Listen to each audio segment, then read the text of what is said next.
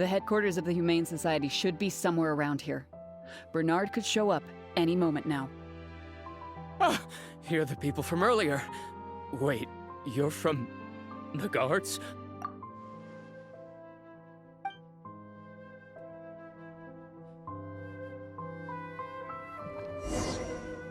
After him! We can't let him get away!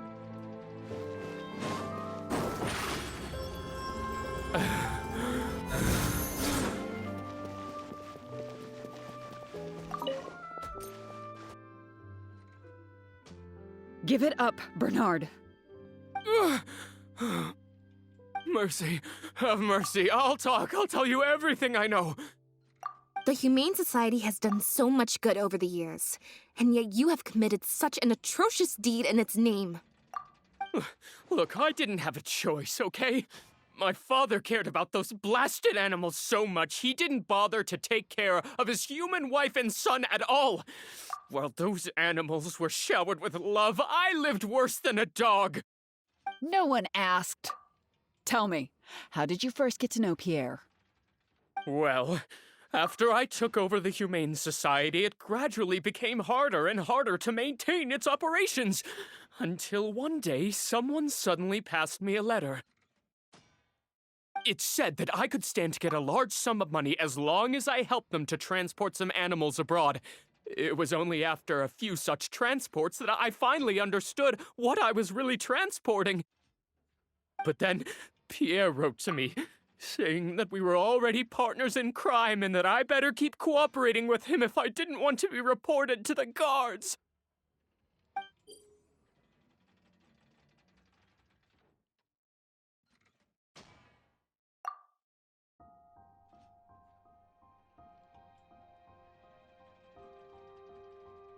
You knew it from the very beginning, didn't you?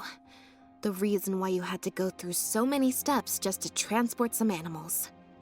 I'd suggest that you confess everything right now if you don't want to add anything else to your list of crimes. Yes, officer.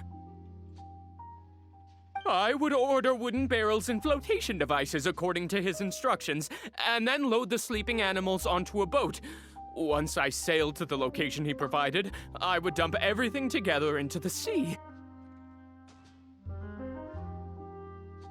And a few days after that, I'd come by again in my boat and pick up the animals sleeping in the barrels. Once I had received enough of them, I'd bring them to the harbor to be adopted abroad.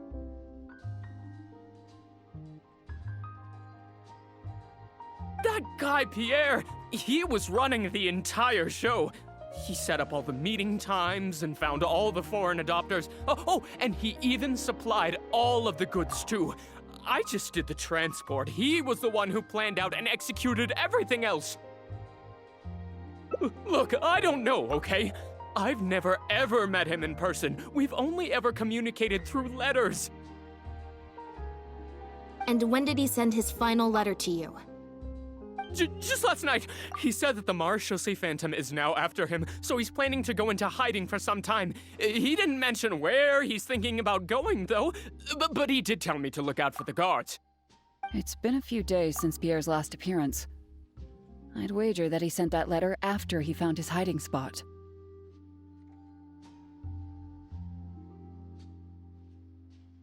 I burned them. It was on his orders. I had to burn every letter after reading them. I wasn't even allowed to share them with the rest of the society employees. Sure sounds like you're trying to use the lack of witnesses or evidence to pin the blame on Pierre. No, I swear, this time I'm only telling you the truth. Well, we can check the truth of your statements at the Opera House. I hope you know what'll be coming for you if I were to find any discrepancy between the evidence and the testimony you just gave. I know, I swear I was just telling the truth. My thanks to you both. Had it not been for you, I really don't know what would have happened to this case. Bonnie helped, too. That's true. It was all thanks to her that Bernard was finally exposed.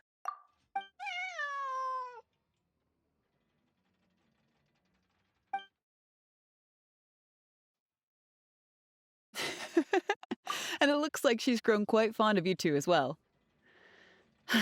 Then I'll leave you be. Just let me know if you find any other new leads.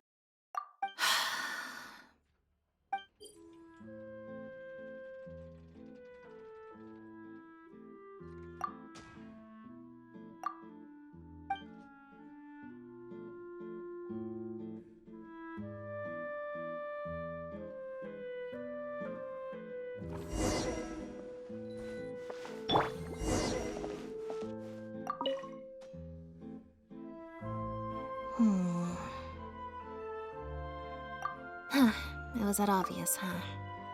Well, even though it didn't feel like Bernard was lying, after talking to him, I'm getting an even stronger sense that something's not quite right. We investigated so quickly that perhaps we've missed a thing or two along the way. Let me activate deduction mode and consider things again from the top to see if we can find anything new. Is there still anything unresolved or strange that we should try to consider?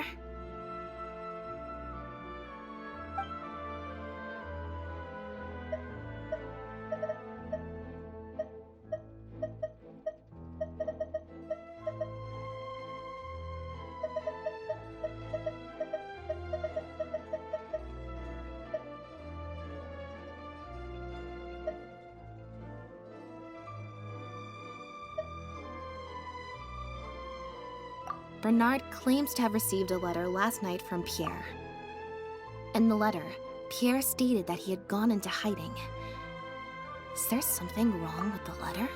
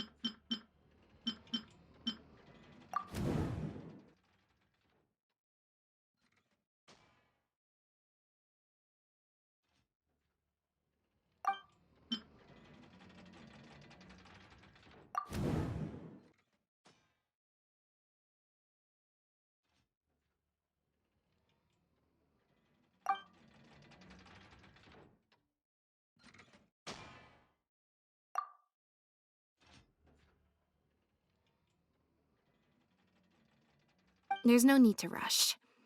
Let's see if we can find any other suspicious points about this case.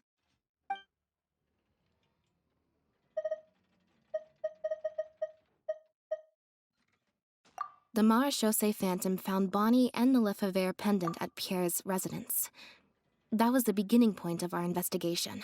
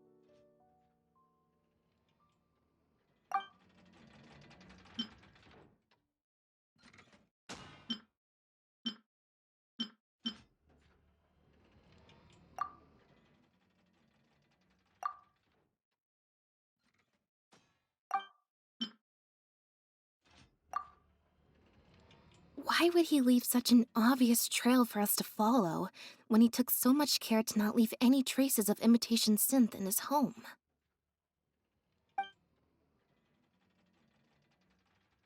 Well, we've discovered that Bernard is responsible for the trafficking, while Pierre deals with supplying the goods.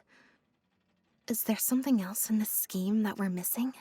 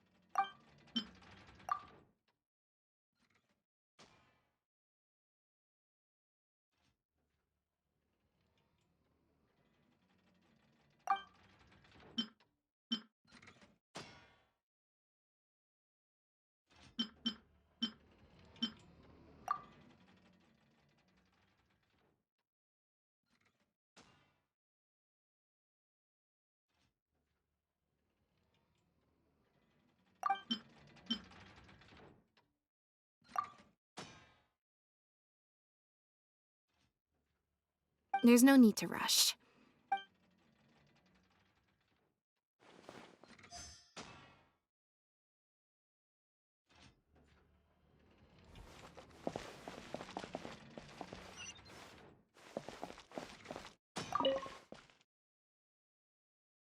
Now behave, and follow me to the interrogation room. Ow! That hurt. Ow!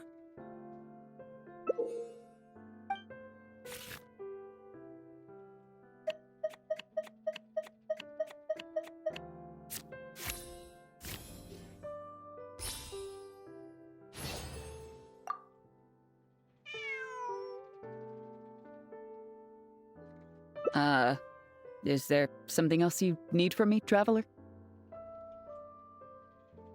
Huh? I see. It all makes sense now. Hey, what are you talking about? Look, even our confessed criminal here has no idea what you're saying. Because he has been kept in the dark all along. And I assume it's the same with Pierre.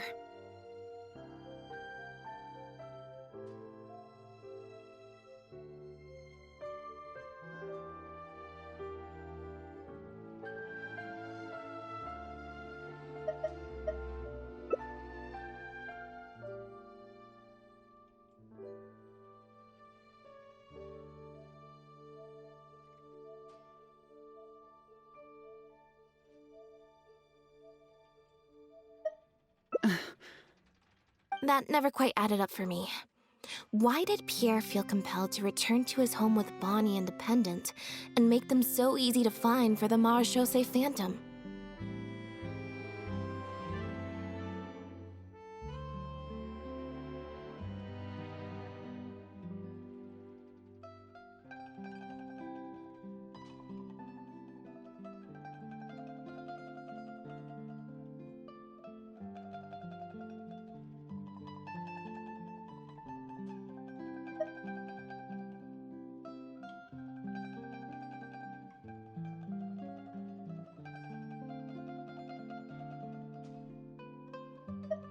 Both of these things are in stark contrast to his usual meticulous and vigilant behavior. There's only one reasonable explanation. He was following orders, just like Bernard. He probably received the following instructions right before the Phantom came knocking on his door. Bring the cat and the pendant, and our undercover agent will be sure to help you. Unbeknownst to him, however, the third person who wrote that letter to him had long decided to sacrifice him and Bernard to save themselves.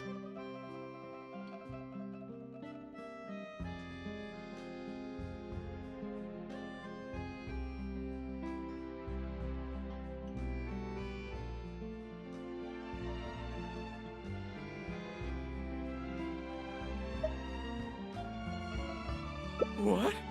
You can't be serious. There was a third person involved?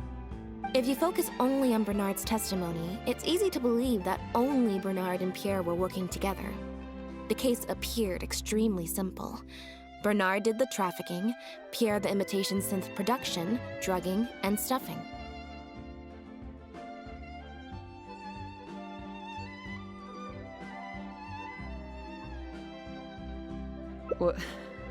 Wait. But that doesn't make any sense. If that's the actual truth, then as soon as Pierre is caught, he'll explain his side of the story and the third person will... Yep, which is why the third person made sure that Pierre would never be found again. Once they had instructed Pierre to expose himself, the third person wrote to Pierre again, suggesting that everything had been taken care of, and he should take Bonnie and safely return to his base.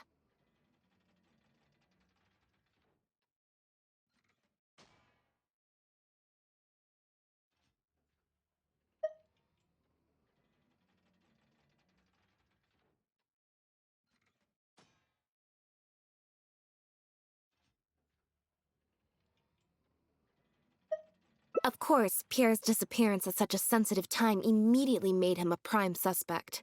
Knowing that Bonnie had last been seen with him, all the third person would have to do from that point on would be to lead the Phantom to investigate the Humane Society and get Bernard to confess the truth.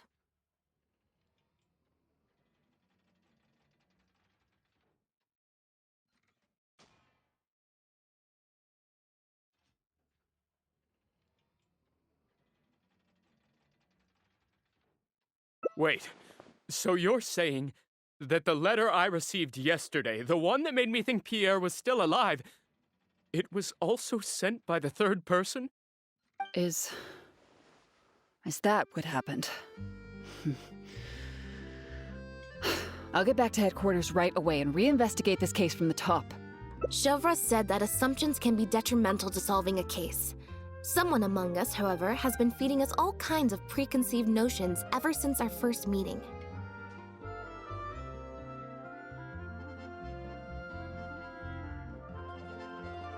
They suggested that Pierre's disappearance was an attempt to escape the judgment of the law, and that Pierre was a scion of the Lefebvre family.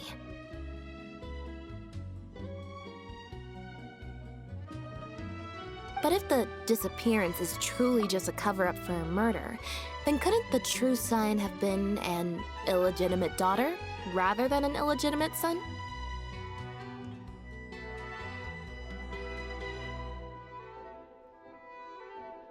Huh?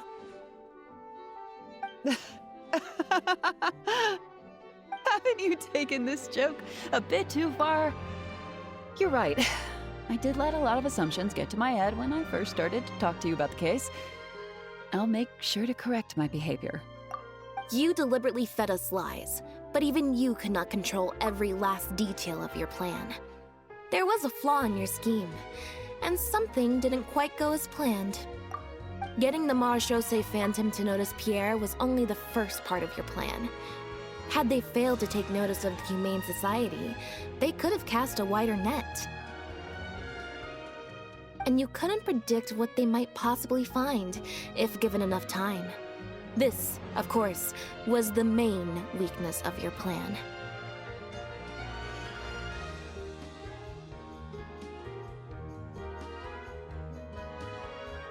As someone accustomed to acting from behind the scenes, you didn't want to take the risk of personally proposing a raid on the Humane Society. So, you thought about pulling a few more strings, so all the suspicion would point towards Bernard and his society. Once the Phantom expanded their search, it would only be a matter of time before they found Pierre's base. If a cat last seen with the suspect turned up dead at the imitation synth base, it wouldn't be long until the Phantom would figure out exactly how she had been mistreated and turn their eyes towards the one organization that has been sending boatloads of animals out of Fontaine.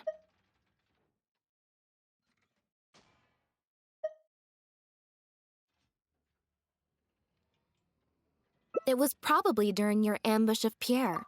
You didn't even have the time to check if she had already been stuffed full of imitation synth.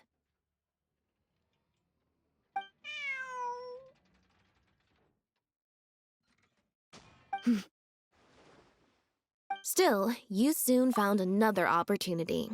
Before long, Bonnie had made her way back into the city, and even popped up on the Steambird. Like Bernard, you desperately wanted to confirm the contents of her stomach, so you hurried to find us. Unlike Bernard, however, you were hoping that Pierre did have the time to make her swallow a load of imitation synth.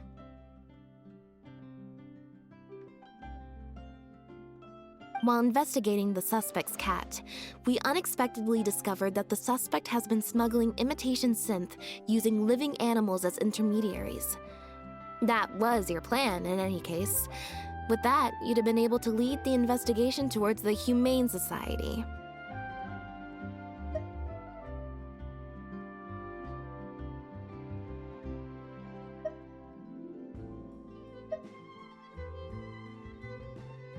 Bonnie had managed to escape before Pierre was able to stuff her full of imitation synth. That part of your plan could no longer be carried out. But as shrewd as you were, you came up with another plan right away. You manipulated the Traveler and I to help you identify Bernard as a key suspect.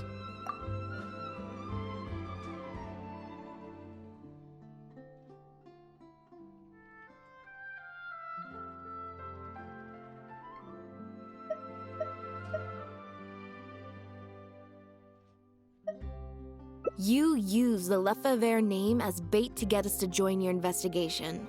With 2 extra bodies around, the Special Patrol is sure to soon take note of the strange event of Bernard somehow having a reason to look for Pierre's cat. So, what you're saying is, I went to all that trouble just for the chance that you might put forth the suggestion that would lead you down the wrong path. Of course, you did far more than that. Just now at Lumidu's Harbor, were you not the person who highlighted the suspicious activities of the Society?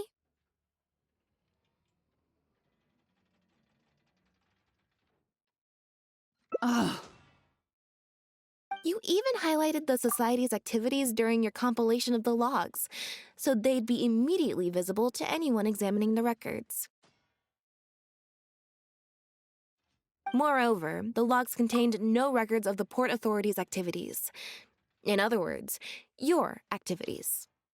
And what are you trying to suggest with that?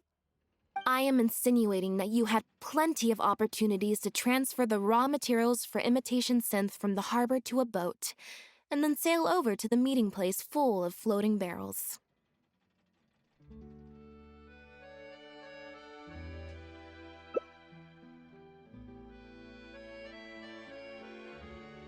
And that's how neither the trafficker nor the manufacturer knew there was a third person who supplied the raw materials and surreptitiously operated between them.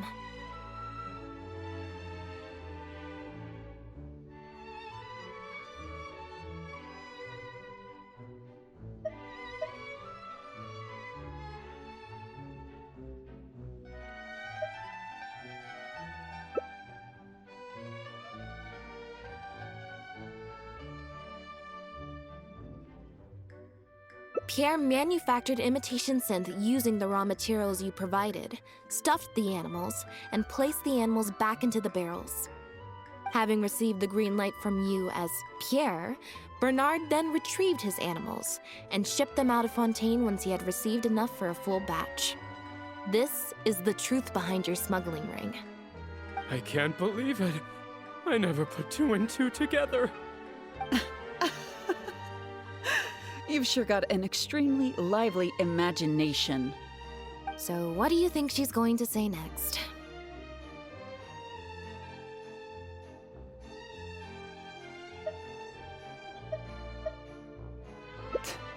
But do you have any evidence? It appears that it's quite easy to predict what you'll think or say.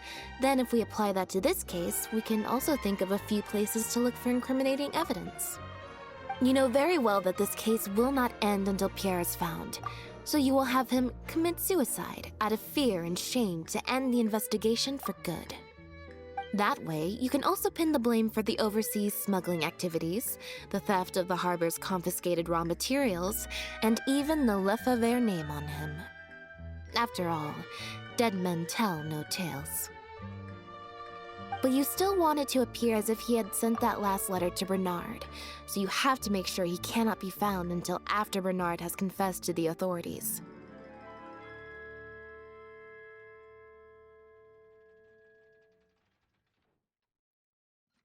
To do that, you either will hide his body until you've found an appropriate time to set up a fake suicide scene, or you'll dump it someplace where it'll be hard to determine the exact time of death. Submerged in water, for instance. The location would ideally allow you to keep the body hidden for some time while also letting you keep an eye on it.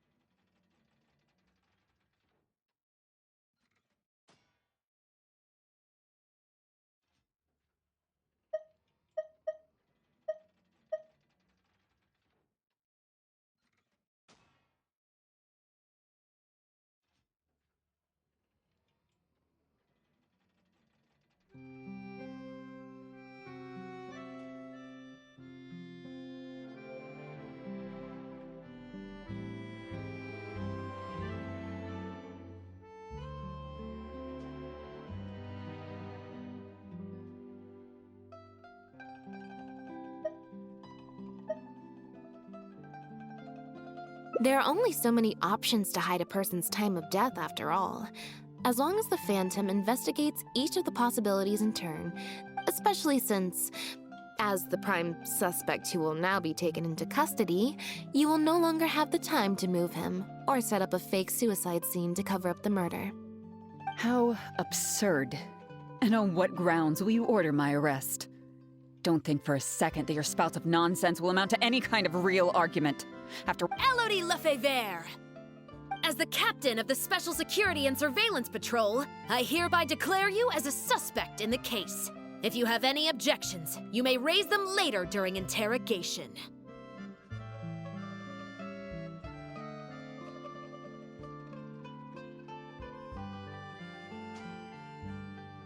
That's right. We received a message from Lumiduce Harbor that you were going to investigate the Humane Society. We didn't expect to run into you at such a critical moment. While at the harbor, we noticed something else extremely interesting. Apparently, you often used all kinds of excuses to swap your shifts. And if one were to match the times of your shifts to the activities of the Humane Society and those of certain foreign ships, they'd find them to be an exact match. That's just a coincidence. Yes, I'm sure you have already thought of a dozen different ways to explain away the suspicious activities, but as far as evidence goes, that should be enough to warrant taking you into custody. Don't worry. If it turns out that the guards are still unable to find any evidence after all this, Lynette and I will do everything in our power to clear your name. Although judging by her reaction, I assume no follow-up from us will be needed. The Lefebvres were infamous for using disguise and infiltration to achieve their goals. Who would have thought that they would have planted someone within the guards? Judging from the timeline, they likely arranged for you to enter the guards before the fall of the clan. But they probably didn't expect you to turn it to your advantage and use your job to save yourself during the purge. Not only that, but you actively participated in the interrogation, arrest, and judgment of the Lefebvres during their fall, thus clearing yourself of suspicion. You brutally and cruelly abandoned your allies as soon as they outlived their usefulness, just like a lizard cutting off its own tail in order to live. You've been doing this for years. So you played me like a fool after all? Ah!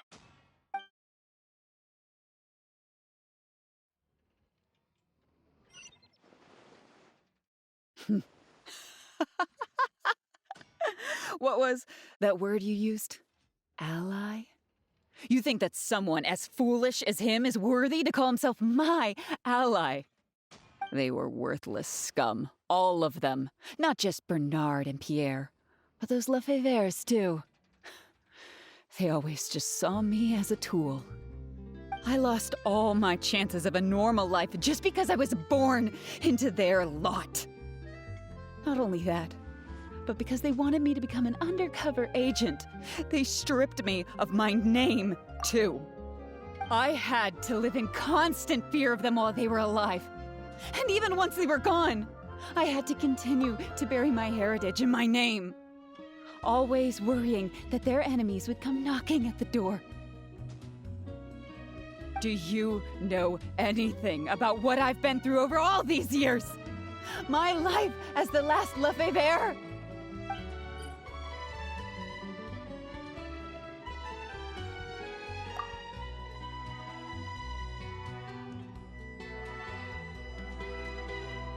I don't, and neither do I care.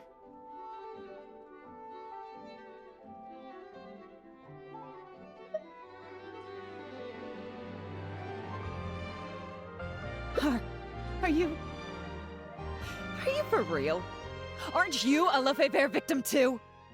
Elodie, you're the only one still living under the shadow of a name.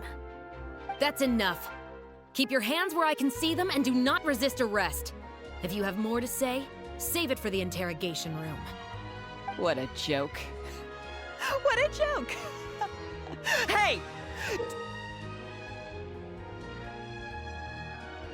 Don't come any closer. What's that? Know what this is? I've secretly planted loads of explosives in the Humane Society. Just one step closer and... whether they're cats, dogs, or just unlucky human employees, they'll all be blown up into smithereens. Surely, you bunch of goody two-shoes won't let that happen, right?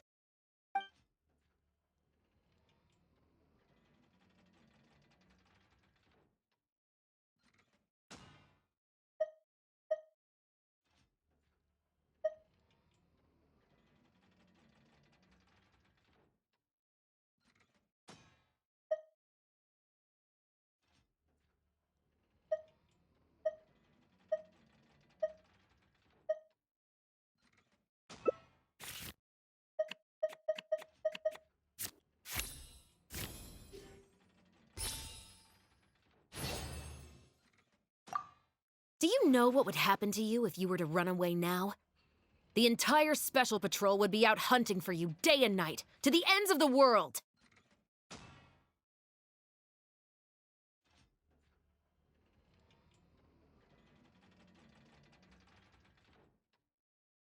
Once word of that gets out, all the factions in Fontaine would be after you. But if you throw away the device now, I'll still count that as turning yourself in to the guards. Would you rather go back with me now and wait for a trial? Or wait for your enemies to find you and subject you to the same interrogation techniques that your relatives were once infamous for?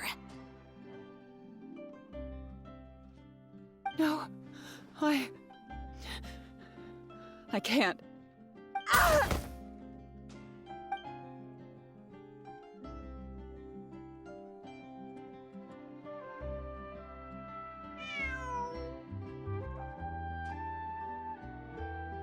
Phew. So I was right after all. It's easier to deal with the person causing the problem than the problem itself. This is it. Looks like it's just a toy. Guess that's probably why she suddenly flipped and knocked out Bernard. He probably knew that there were no explosives at the Society.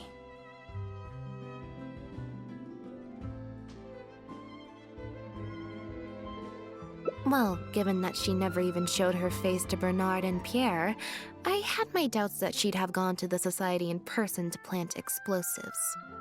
Thank you for your help, everyone.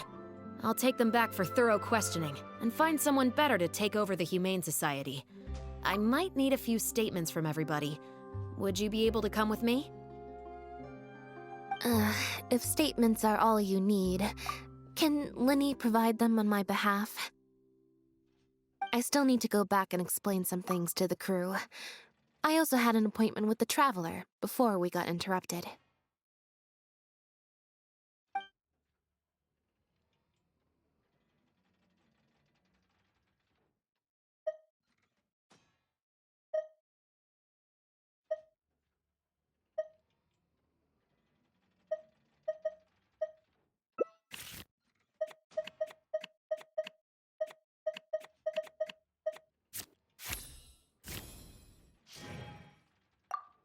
A lot has happened since then. I'm referring to when I invited you over for some tea and also to spend some time with Bonnie. Once I'm done talking with the troupe, I'll take Bonnie home and make a nice cup of tea. You'll be able to find us outside of my door.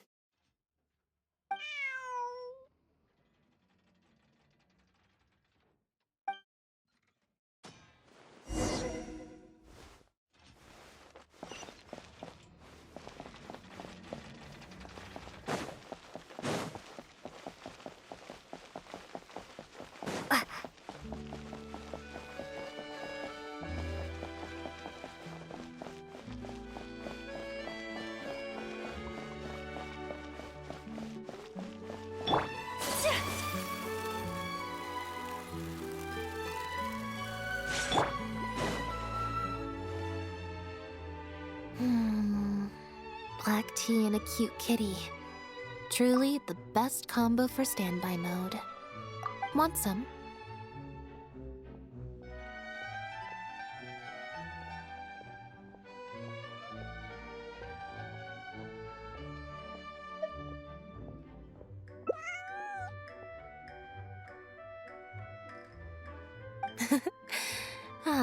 I see she's already starting to snuggle up to you.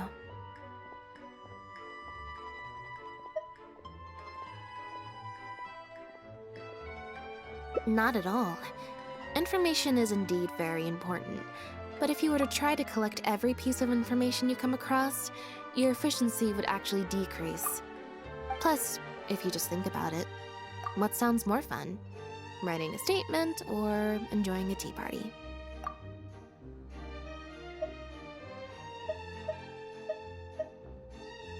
Great answer. That'd be my pick too. Had we not run into that case, we could have spent the entire day like this. But now, I'm running low on both time and energy.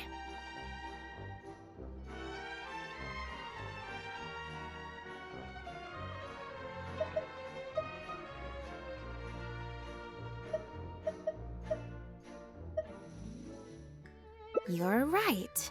I can sense it. I'm recharging very quickly at the moment.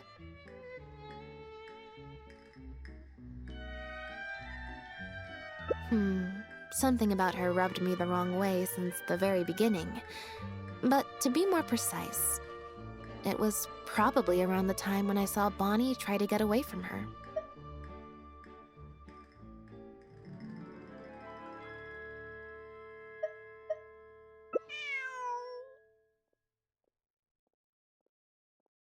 Elodie tried to get close, but Bonnie deliberately dodged her. Maybe Bonnie had tried to evade her before at Pierre's base. Or perhaps Bonnie just instinctively knew that she wasn't a good person. Not everyone who likes cats is a good person. But if cats like you, you're probably alright. Humans tend to overthink things, but cats rely on their instincts, and they're pretty sharp. I mean, just look at Bonnie.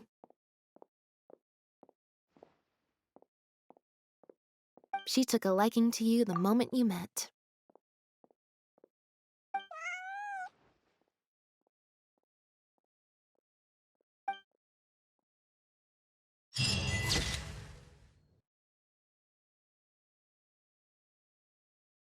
Fresh fruit, sweeter than syrup. Take a guess.